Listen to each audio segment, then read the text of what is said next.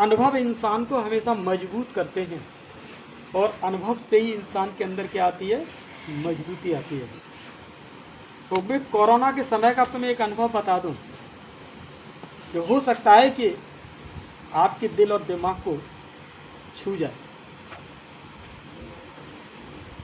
जब कोरोना चला था, लॉकडाउन हुआ था, तो उन दिनों सेंटर्स पर जानते हो आप, सब कुछ बंद हो गया था। सरकारी नौकरी वाले तक और यहाँ तक कि घर गृहस्थी में जो काम धंधा करने वाले थे वो तक लोग मुश्किलों में आ गए। खाने पीने तक के लिए उनके जीवन में कमी आ गई। ऐसे ही हम लोग सेंटर पर थे तो बहुत सारे भाई बहनों ने मदद की। कोई भेजते भी थे, कोई रुपए भेज देते थे, कोई राशन भेज देते थे। लेकिन 3 महीने का एक लंबा लॉकडाउन बहुत बड़ी बात होती है। उस दौरान एक ऐसा समय आया कि न तो किसी ने भेजा और न किसी ने फ़ोन किया, और सेंटर पर न तो गैस न राशन, यहाँ तक कि तेल मिर्च मसाले भी कुछ नहीं, पूरी रसोई खाली। वो दिन आखिरी था। अब किससे बोले, किससे कहा जाए, ये भी उचित नहीं था। ये भगवान का कहना था, क्या किसी से मांगना बच्चे। अगर उसने मुझे पकड़ा है तो उसी की जिम्मेदारी है। हुआ क्या, एक बार हम अपने खेत के कुछ पैसे उठा करके पट्टे पे लाए थे, तो कुछ पैसे रख दिए थे और वो पैसे रख करके 6 महीना पहले उसको भूल गए।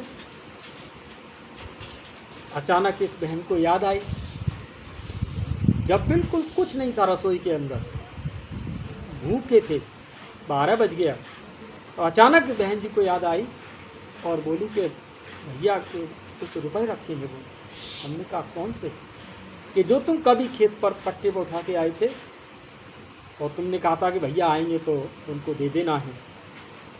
अरे तो हमने की उठा ला, हमने की ऐसे समय पर हमने की फिर किसके लिए रखे हुए हैं, लेकिन भैया कभी लेने ही नहीं आए, क्योंकि उनके पास थे, वो इधर आए नहीं बिल्कुल। तो वो निकाल करके आए। कैसे आए तो उन्होंने सारा फिर तुरंत सारा सामान खरीदा, वो सब चीज़ खरीदी, गैस वगैरह आई और तुरंत 2-2.5 घंटे के अंदर सब खाने पीने का सामान तैयार हुआ। वो दिन आखिरी था। उसके कुछ दिन के बाद सब लॉकडाउन खुल गया, लोग आना जाना रहा, वक्त कट गया। फिर मैंने भगवान से पूछा एक दिन योग में बैठ करके कि भगवान, जिन बच्चों ने इस कोरोना काल में सेंटर के लिए जो सहयोग भेजा था, मदद की थी सेंटर की, उनके लिए आप क्या करेंगे, उनको आप क्या गिफ्ट देंगे। भाई जब ताओ अभी आपकी कोई मदद करता है तो आप लौट के उसको कोई न कोई तो ज़रूर कुछ न कुछ उनको धन्यवाद देंगे। तो भगवान आप उनको क्या देंगे कि जिन्होंने 3 महीने तक आपके बच्चों की क्या की थी, देखरेख की, खाने पीने का राशन भेजा। तो फिर भगवान ने योग में मुझे बताया,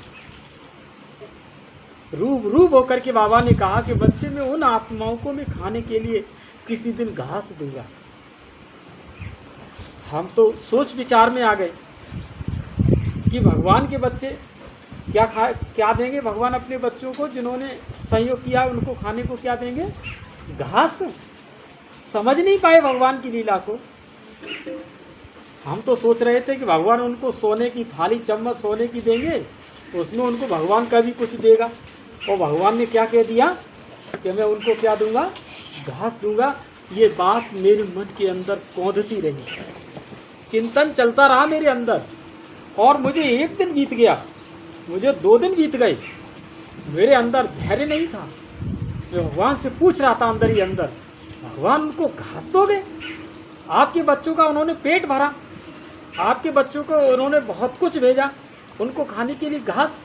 लेकिन भगवान की दिव्य लीला में हम नहीं समझे कि भगवान कहना क्या चाहता है।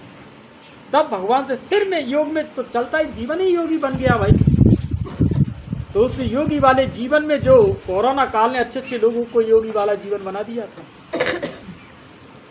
क्योंकि कहाँ जाएं। तो फिर भगवान के फिर शाम को जब योग में बैठे तो अमृत वेले में भगवान ने फिर हम बच्चों को पूरा मुझे एक दृश्य दिखाया कि इस धरती पर विराट पानी ही पानी था, कहीं कुछ भी नहीं दिखाई दे रहा था, पानी ही पानी। तो वो कुछ एक हिस्से में थोड़ी सी कहीं घास नजर आ रही थी। तब भगवान ने कहा कि ऐसे समय पर मैं उन बच्चों को क्या दूंगा, खाने के लिए घास दूंगा, ताकि वो क्या हो जाएंगे, ताकि वो उस घास खा करके वो जिंदा बने रहेंगे। तब याद आई उसकी बात, भगवान की दिव्यता, कि ये उन दिनों की घास तो वो सोना क्या, सोने थाली की चम्मच क्या, तो वो तो अमृत है। घास भी उस समय क्या बनेगी उनके लिए, अमृत बनेगी। उस घास से लोगों को क्या मिलेगा, जीवन दान मिलेगा। क्योंकि जब कुछ नहीं होता है तब लोग यही खाते हैं, तो उनको कम से कम घास तो मिल ही जाएगी। लोग तो तब क्या दशा होगी लो धरती पर लोगों की, क्या होगा, कुछ थाई होगा ही नहीं यहाँ पर, लोग मर जाएंगे, यूं ही मर जाएंगे। वो बच्चों को भगवान बचाएगा, घास खिला के बचाएगा। तब उसकी दिव्य लीला को समझ में आया। तो कहने का मतलब ये है कि भगवान किस तरह से अपने बच्चों को बचाएगा। ये सत्य अनुभव है। ये इस सत्य अनुभव को अपने जीवन में आज में तुम धारण करना और सुन लेना और समझना, कभी भगवान का साथ मत छोड़ना। ये रूप मैंने अपने दिव्य साक्षात्कार में देखा है।